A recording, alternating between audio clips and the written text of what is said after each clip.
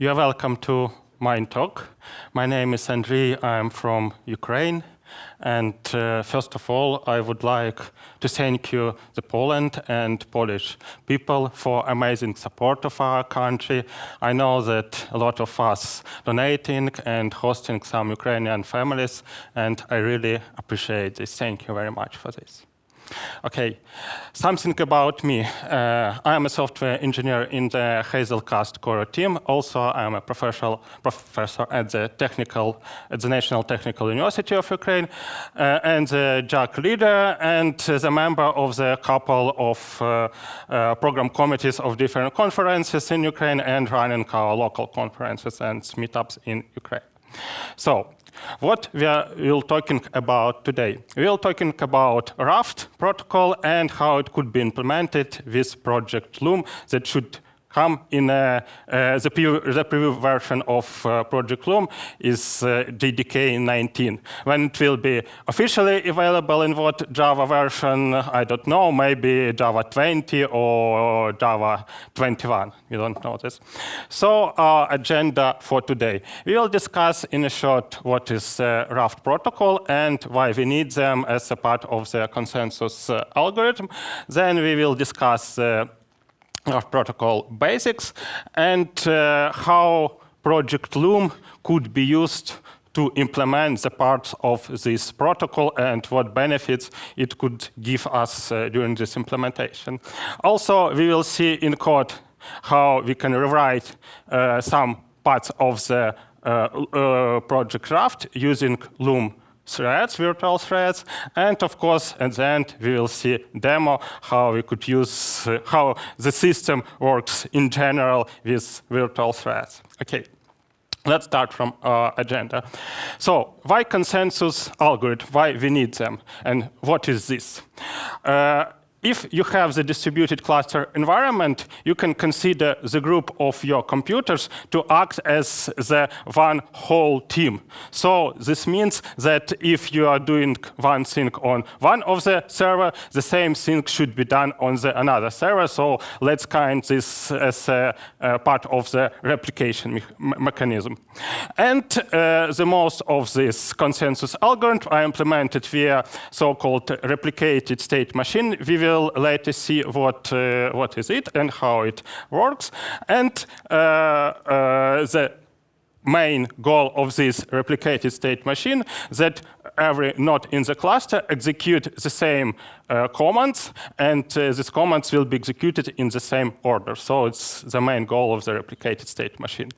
And of course, in a distributed environment, we couldn't guarantee that all nodes, all servers would be alive all time, and the state machine is designed for tolerate some failures of these cluster members. And in general, if the majority of the members in the cluster are still running, we will have the consistency guarantee. If we have less than majority, the system will be blocked in this way to not allow the inconsistent state of the whole system. Okay, and in this consensus algorithm plays the key role in the building of distributed systems, and now all systems that we are building are distributed, or even if you are not building the distributed system, you are using distributed systems like Kubernetes, service discovery, service registry, distributed database, and so on. So the consensus algorithm lie in the top-down of all of these algorithms and platform. So what is Raft protocol and why the Raft protocol? Before the Raft protocol, the Paxos protocol has been used for around 25 years, but it has some disadvantages. It was hard to understand. If you are trying to read the initial article, you will understand nothing. It was hard to implement because people don't understand the initial article. They implement it by their own, and at the end, they have not the Paxos protocol, but something variation of this protocol. After this, I think 7 years ago, the professor from the Stanford University has developed the new protocol. And it was called the Raft. It was designed for real case implementation, for the real life implementation. And it implements the replicated state machine. And the part of this, it also guarantees the replicated consistent log as a part of the whole algorithm could be implemented based on this protocol. And the Raft protocol has a very huge adoption. For example, our company, Hazelcast, has this protocol, etcd, as a part of the Kubernetes, has the Raft protocol. Consul uses this protocol, MongoDB, Redis, and several months ago, Kafka has moved from Apache Keeper to their own implementation of the Raft protocol. So now it's maybe the standard for the consensus protocol in distributed systems. What the Raft protocol is about and how it's used in our, for example, Hazelcast environment. In our Hazelcast environment, we provide in the term of CAP theorem different data structures with different guarantees. We have a so-called AP data structures that provide us more availability and consistency, and there is on the pointer, and there's map, list, and so on. And also, we will have another part of these data structures. This is a CP data structure that provides us more consistent guarantee than the availability guarantee. So with these guarantees, if we have the majority of the servers, you can use all of these primitives. If you will have the minority of the servers of the node, you couldn't use it, and the system will be blocked or will respond with some error for us. And this part of the system is called the CP Subsystem, and it is implemented on the Raft protocol. You can see here the link. It is the extracted version of the Raft protocol. By his author in the Hazelcast, he published it as a separate project, which you could use in your own system. It has very nice description, tutorials, and so on. And if you would like to hear more about Hazelcast internals and data structure, I think tomorrow will be the Hazelcast talk from Grzegorz. He will in-deeply show you and discuss different platforms initiatives that we have. Okay, let's start from to go deep into the Raft protocol, let's start from the replicated state machine. What is it and how it works? Let's assume that we have the number of clients and the cluster, which consists of a group of servers. Clients initiate some requests to the cluster, and these requests, for example, put some key, increment something, or acquire the log. And it sends these commands to the cluster. What should the state machine and the consensus protocol should guarantee for us? It should guarantee that this command will be executed in the same order on all of machines. That's the state machine basics. To implement this approach, we could use the following abstraction. Some of the nodes act as a leader that communicates with clients, receives requests, prints the response, and also manage the state of the cluster and of the other machine, and the other machine called the followers. So the main role here plays the leader. What the leader does. When he received some request from the client, it appends it to the local append log. And after this command is appended, it transfers it to other followers. While the command is in the append log, it is not executed. Why we not receive the responses from the majority of the followers. So if there are no followers will respond to the leader, the command will not ever be executed at all. So the leader waits for majority of responses, the acknowledgement that the command is added to the local append log of the followers. When the leader receives the majority of the votes, it executes this command and return the response to the client. And it was the first round, and the second round, it also notify the followers that they should also execute this command and append there to the state machine log. In a case of failure, in this scenario, if the leader fails, any follower could take the leadership role and could act as a leader. So it's the basic of the protocol. How Raft use this consensus algorithm and how it's implemented.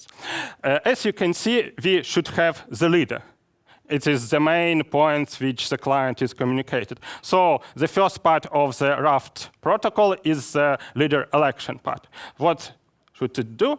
It selects one of the node as a potential candidate, and the candidate initiates the voting process. If it receives the majority of the votes, it became a leader. As a leader, it should act for client's communication, and in the case that if the leader crashes, the whole protocol should detect this crash and should initiate the new leader election from other followers of the cluster. As a leader, the node performs the replicated state machine operation. What does it mean? It takes commands from the client, appends into the log, if you can saw in a previous state machine slide, and replicate this command to the other followers log. And in this way, this guarantees the consistency of the whole system. So let's see the animation demo, how Raft is worked. This is a very nice site, Raft GitHub.io, where you could play with Raft protocol and in an understandable manner. So here we have 5 nodes, and when they are started, they act as a follower. They are follower because it is the default state of all the nodes. But if the follower don't receive the heartbeat from the current leader, it started nominating itself to the leader. So it starts the election procedure. Let's see how it works. You can see here it is the timer of every node. And when the first timer is passed, this node should start the leader election. So it sends the votes. If it received the majority of the votes, it starts operating as a leader. So it's changed the color to red, and now it is act as a leader. If I decide to stop this node, you can see that the timer of other nodes should be passed in some period of time, and it will be the node 5. And node 5 will initiate the leader election process. And so it will be act as a new leader. And the leader could take the requests from the client, yes, for example. And as you will see, it should start replicating these requests or these commands to other followers. And in the end of time, all log will be identical with the leader's log. If we switch on not the number 4, you will see that this log also will be replicated to this node.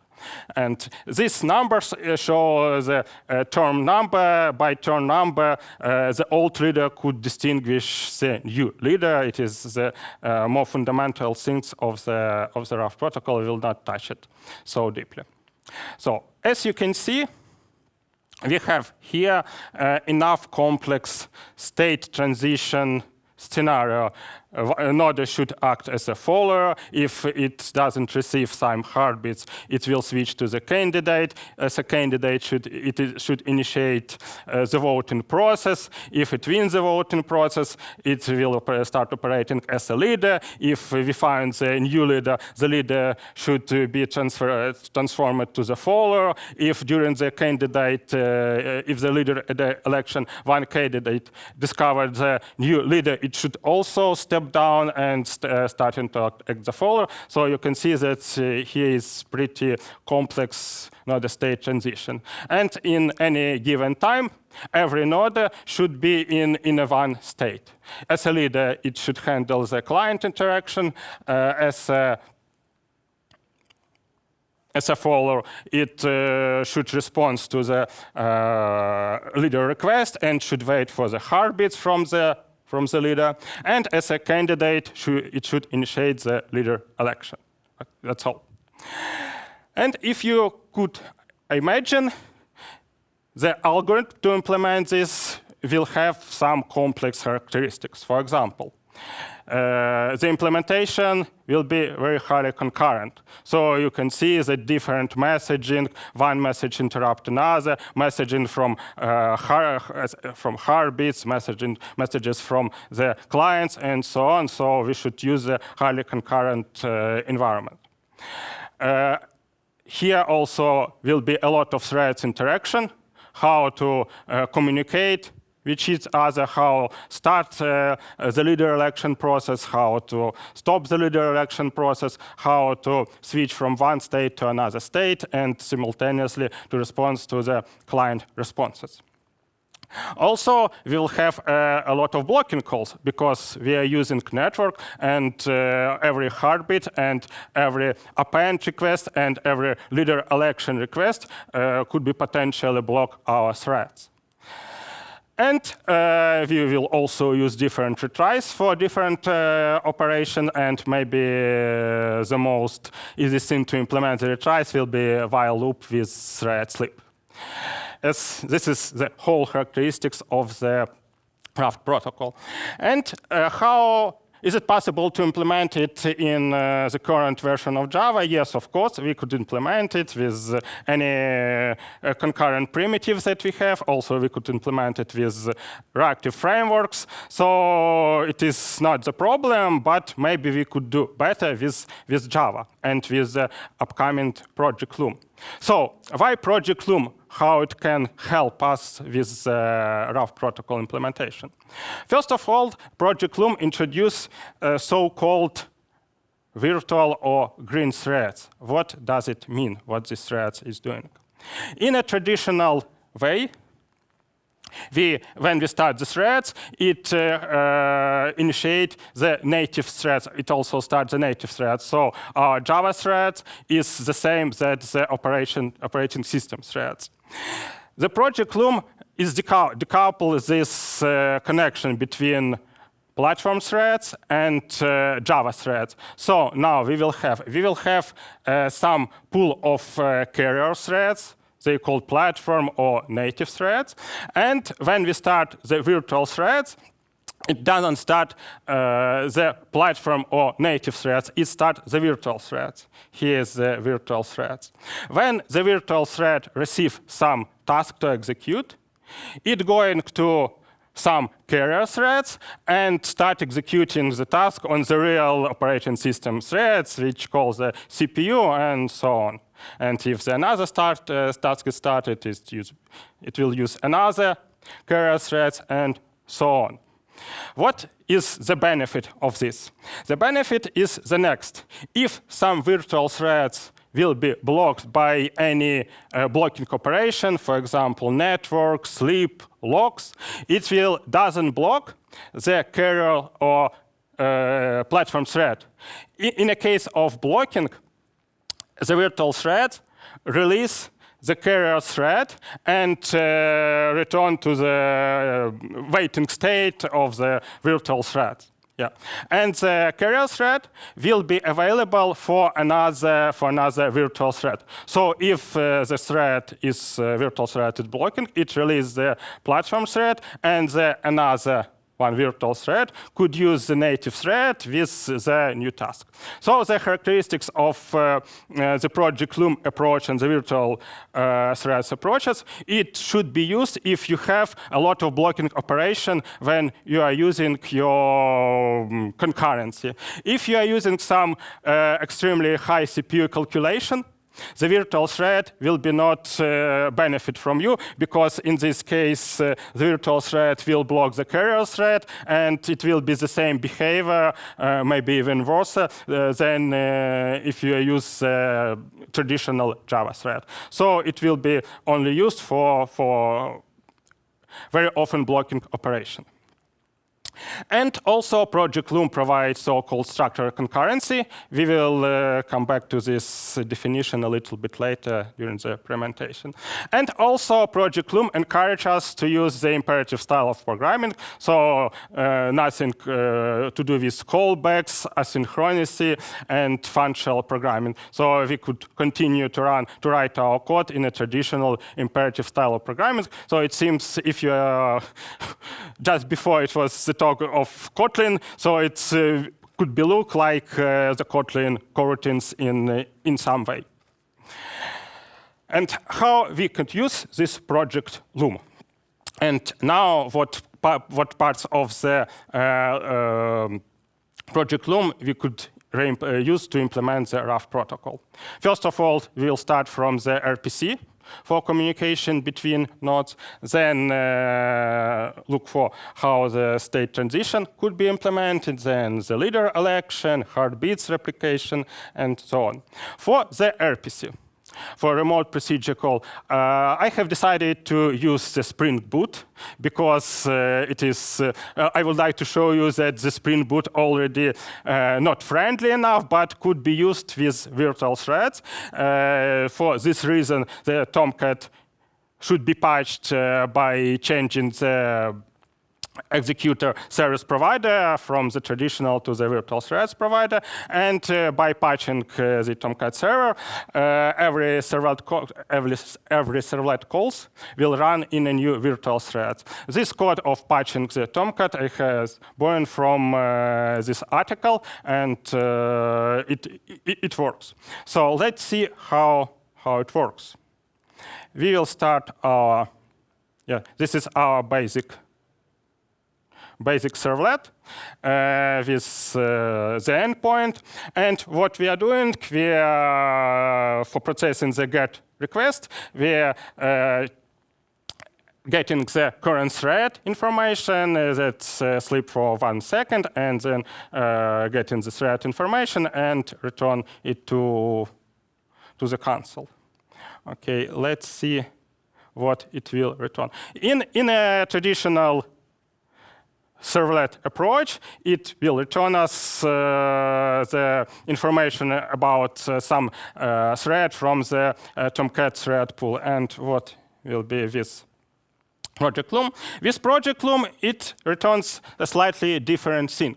It will return us that we are using virtual thread and the number of the virtual thread. The virtual thread has no names, and they have only numbers. And this thread, the carrier thread for this virtual thread, is thread taken from the fork join pool, the number 3 thread. In general, you can see that before sleeping and after sleeping, the carrier thread is the same one, but in general, it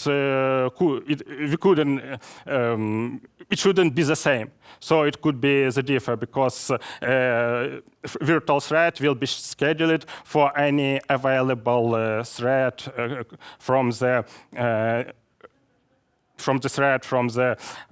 native thread pools. Yeah, that's our demo, the first one demo. So we could use traditional Spring Boot and using REST API for node communication. And we will use the HTTP client for sending requests and endpoints written in a Spring Boot to process the response. So let's return to our presentation. It was the Spring Boot for RPC. Now we should implement the node state transition. I would like to remind you that we have the complex node state transitions between follower, candidate, and so on. How easily it could be implemented? It could be implemented like event loop, yeah? We have some event blocking queue and sending some event messages regarding state transition between leader to candidate, follower to candidate, and so on. When event loop processes some of the event, it starts initiating some logic that depends from the state. For example, for candidate, it should like leader election. As a leader, it should like heartbeats with append request. As a follower, it should start the timer for waiting for incoming heartbeats from the leader. And as you can see, it is the blocking queue. So to be non-blocking, we should start this event loop in a virtual thread. This is, I would like to show one of the way how you can start the virtual thread. It is a thread of virtual start. So there's the opportunity to start your thread without explicitly creating the thread and then call the start. Now you could pass the logic implicitly to the start method. And here you will have the variable, the usual thread variable that you can use for different reasons. Okay, it was not a state transition. The next one, and maybe the most complex part of the algorithm, it is the leader election part. What is the leader election? I would like to remind you. If we have 5 nodes, leader will be elected if any combination of the majority of those nodes will be voted for the candidate. How it could be implemented? First of all, what we are doing, we are going to any nodes, Raft endpoints, and sending the request for every vote request for all of these nodes. This is request, this is response, and if we have the vote is granted for us, we increment some counters that count how many nodes have given us the vote. Of course, this shouldn't be implemented in this way. It should be implemented in a parallel way, in a concurrent way. So we will use the executor service with submit. And for executor service, we are using also the virtual threads. For this reason, there's another way to create the virtual thread. We could use from executors new virtual thread per task executor. And it will return as executor service where you can use for submit operation. So it will operate now, every request will operate in virtual threads now. Let's go further. Since we would like to have the majority of the votes from our followers, we could introduce the countdown log that will wait that the majority of the responses has come and the vote has been granted. After this, we could stop executing all of our request threads, and go further. Also, we are using here the retry operation with thread sleep inside. We could use it because we are using the virtual threads. So without the some expiration timeout, this process could go unlimited time, because if nodes are unresponsible, if those nodes are responsible, we could continue this time forever. So that's why we should need some timeout for the countdown log.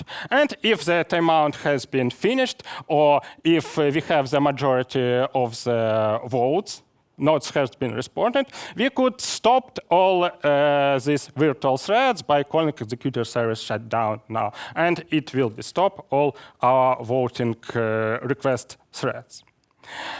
That was the leader election part of the protocol.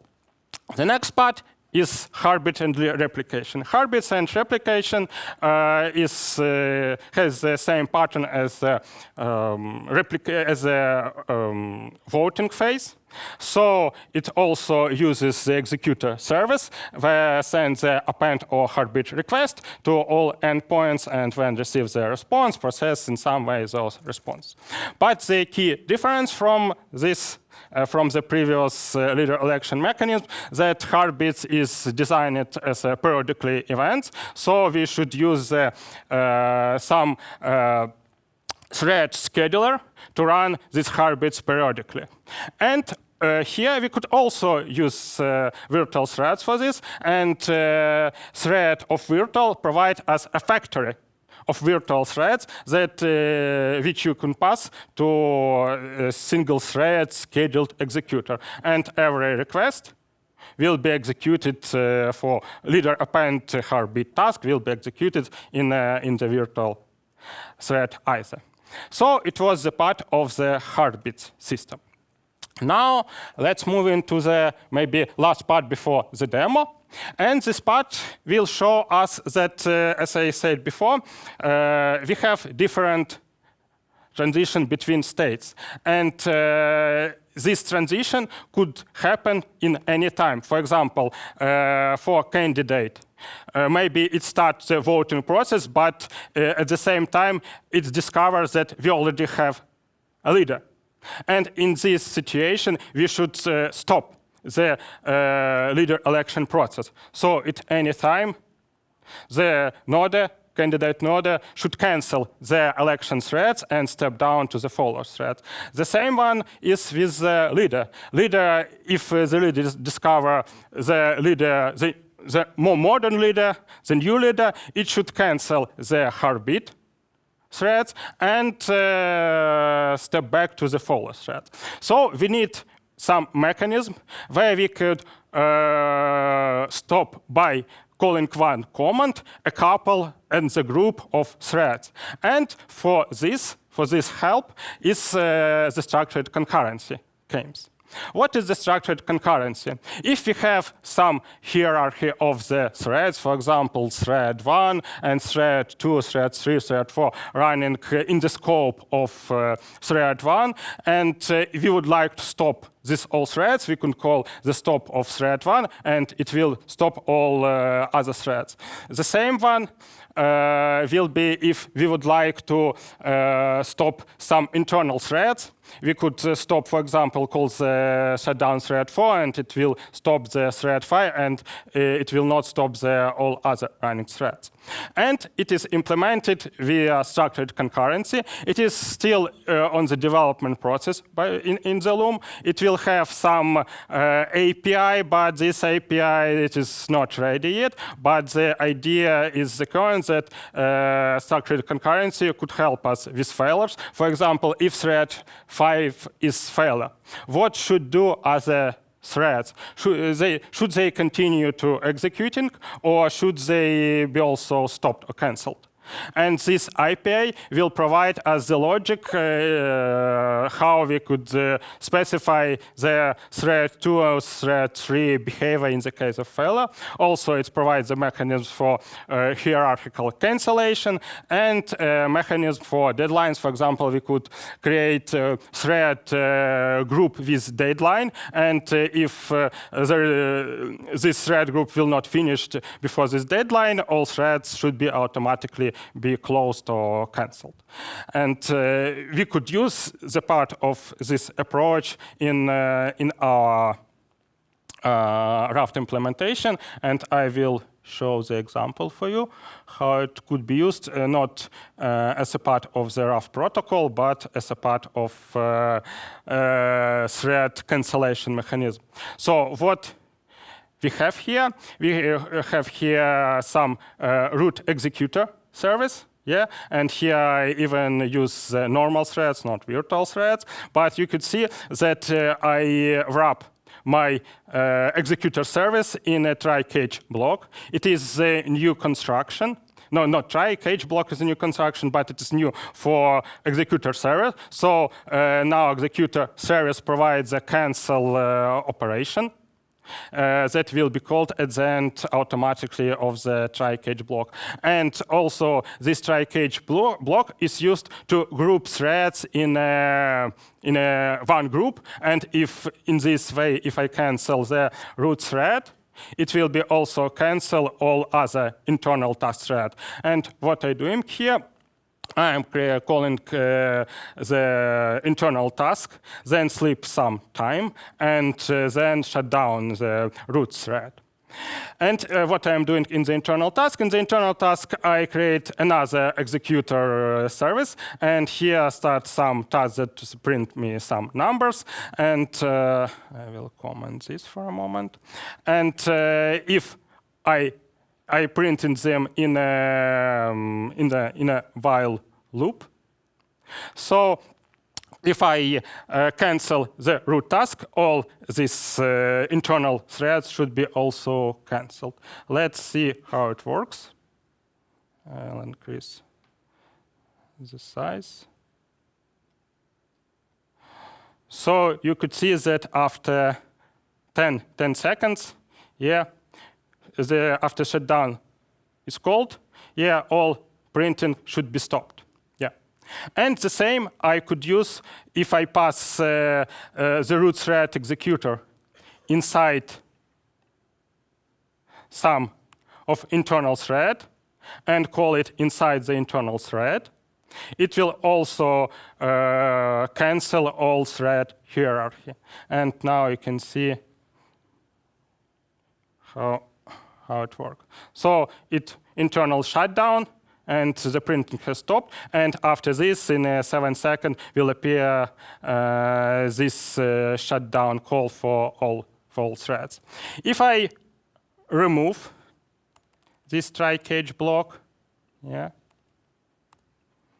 here, and remove try cage block here, you will see that my cancellation policy doesn't work. So I need some.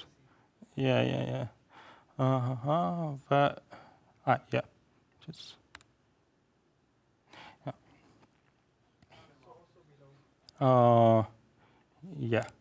Thank you. Now you should see the internal shutdown, but it doesn't influence on the threads. And the same one, if you will see the shutdown now, it also all threads continue executed.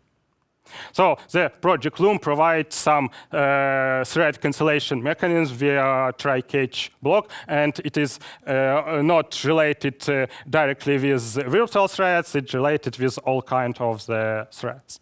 And this approach is used also for Project Loom Project Raft implementation. So now I think we should see the demo how Project Raft works with Project Loom. So what I will do, I will switch to the Raft node, and here I will start the node. The node, I will have 3 nodes, and I provided some static configuration for this. And at the beginning, we will run node 1, and we'll discuss what is happening here. And let's switch to the Spring Boot log. So what we can see here, I will show you some messages. Some messages are the following. First of all, as the node started the follower node, they start the follower timer for waiting for incoming heartbeats. If it doesn't receive the incoming heartbeats, it changes the state to the candidate and initiates the election process. Since we have only one node here, the election process will fail because we couldn't have the majority of the nodes. And you can see we have the exception, the connection exception, and so on. And this round of election process is continued and restarted after some delay. What we do the next, we start the second node. The second node should be enough for the majority.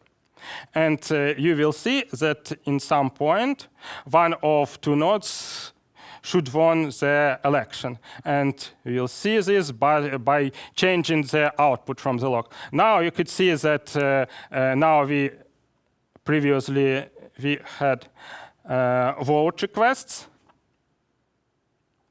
initiated by the candidate, and now after some period of time they have switched to the append request. It means that the node candidate node has switched to the leader role, and now it's act as a leader.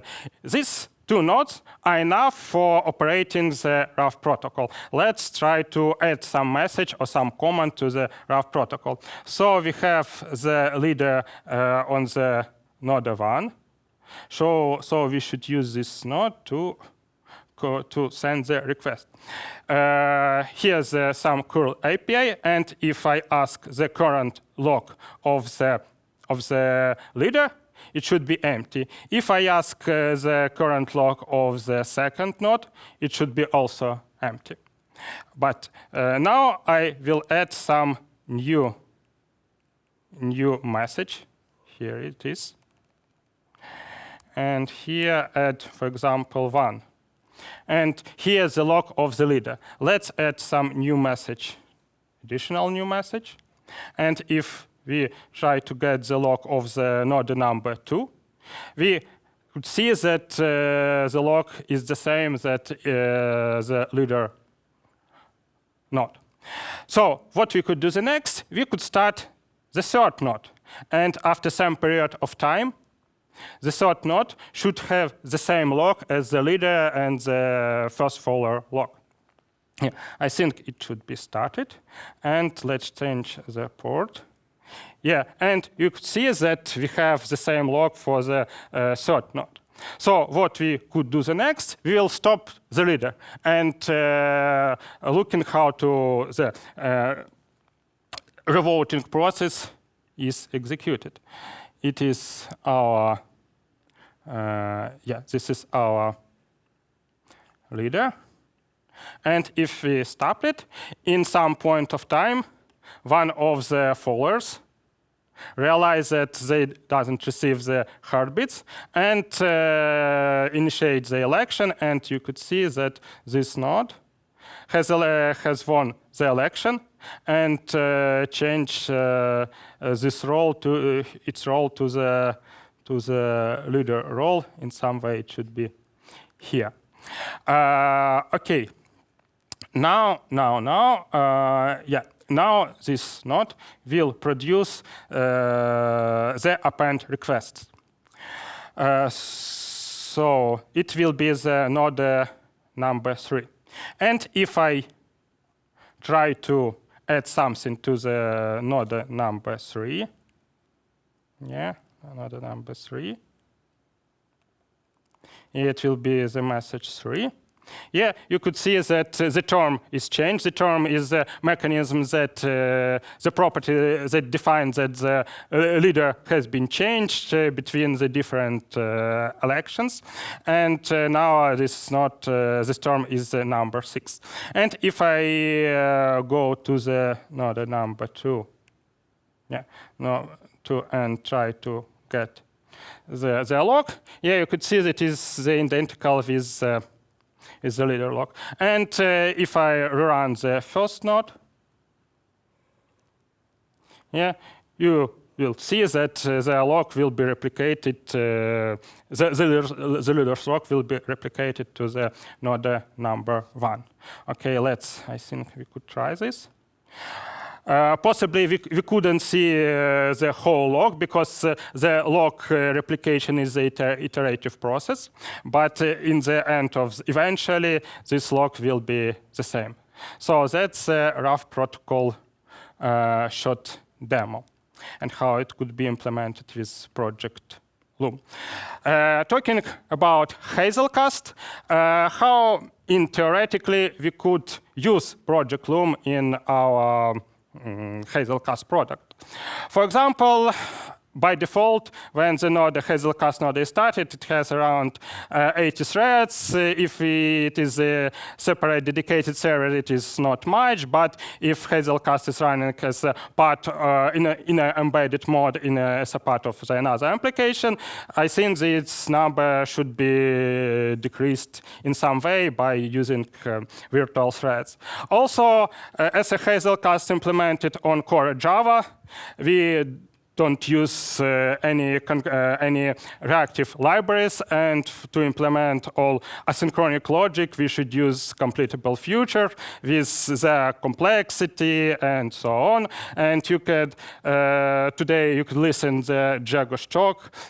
He will discuss the problems with completable futures.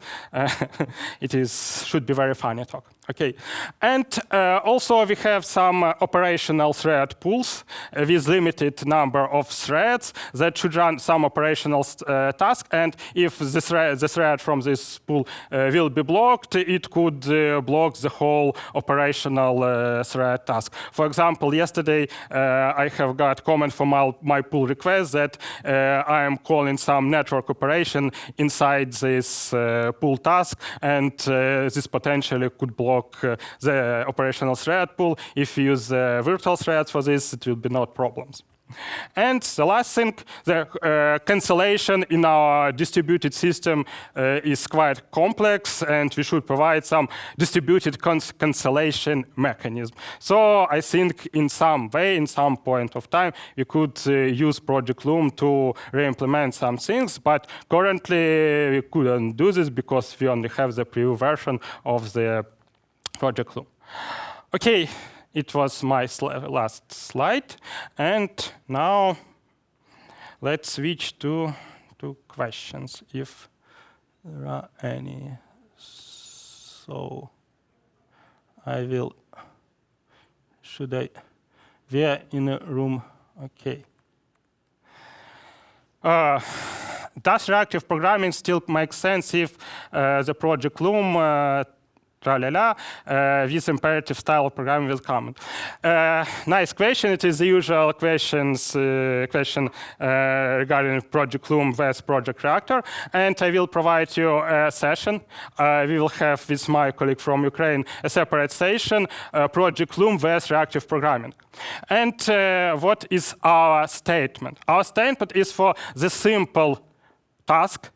If you will have the periodically and not streaming of the events, not streaming operation, Project Loom will be simpler to use for this straightforward business logic task. But if you have some streaming operation, for example, flow of the events, Project Loom currently doesn't fit good to this side of the work.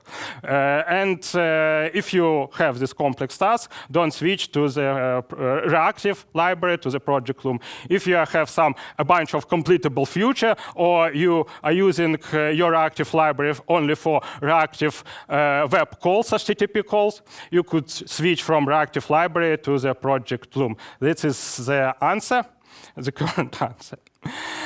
The next question, does thread local work with virtual threads?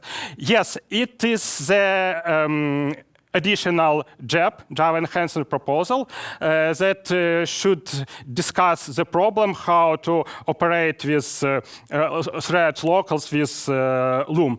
So now they introduce a new API where you could specify how thread local should be promoted or not promoted, should be transferred from one local thread to another thread. And here's also the problem with threads hierarchy. If we put some thread local in the root thread, should it be promoted to the hierarchical internal threads or not? And yes, this problem is still in discussion and in improvement process. Okay, the next question, when do you think Project Loom will be ready and to use with libs and frameworks? Now Project Loom is scheduled for, not scheduled, by planning to be in preview mode in Java 19. I think that it will be not adopted, will be part of the JDK until JDK 20 or 21. So from the time when it will be available as a preview mode, all frameworks and lib developers will start to thinking how it could be used in their platform and their project. So I think it will be, maybe 2 years that we will see some platforms will start using in real life this Project Loom. Okay, if there are no questions, thank you and have a nice conference.